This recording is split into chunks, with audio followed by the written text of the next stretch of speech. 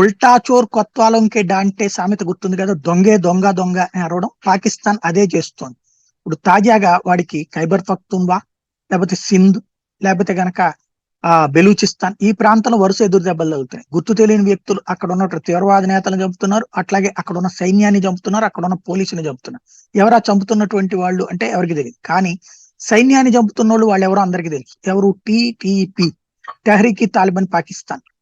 అది open secret, వాళ్ళే ప్రకటిస్తున్నారు. ఈ గుర్తు తెలియని వ్యక్తులు చంపుతున్న దాని గురించి పాకిస్తాన్ కి మాట్లాడే ధైర్యం చేయట్లేదు. ఎందుకంటే వాళ్ళు తీవ్రవాదులు, వాళ్ళు ఎవరు మా దేశంలో లేరని ప్రపంచాన్ని ఇంతవరకు నమ్మించింది పాకిస్తాన్. కాబట్టి వాళ్ళు చచ్చిపోయినప్పుడు వాళ్ళు మా దేశంలో ఉన్నారు, ఇండియా వచ్చి చంపించిందంటే కుదరదు. కాబట్టి ఇప్పుడు టీటీపీ వాళ్ళ ఘాతుకాలకు కారణం భారత్ అట.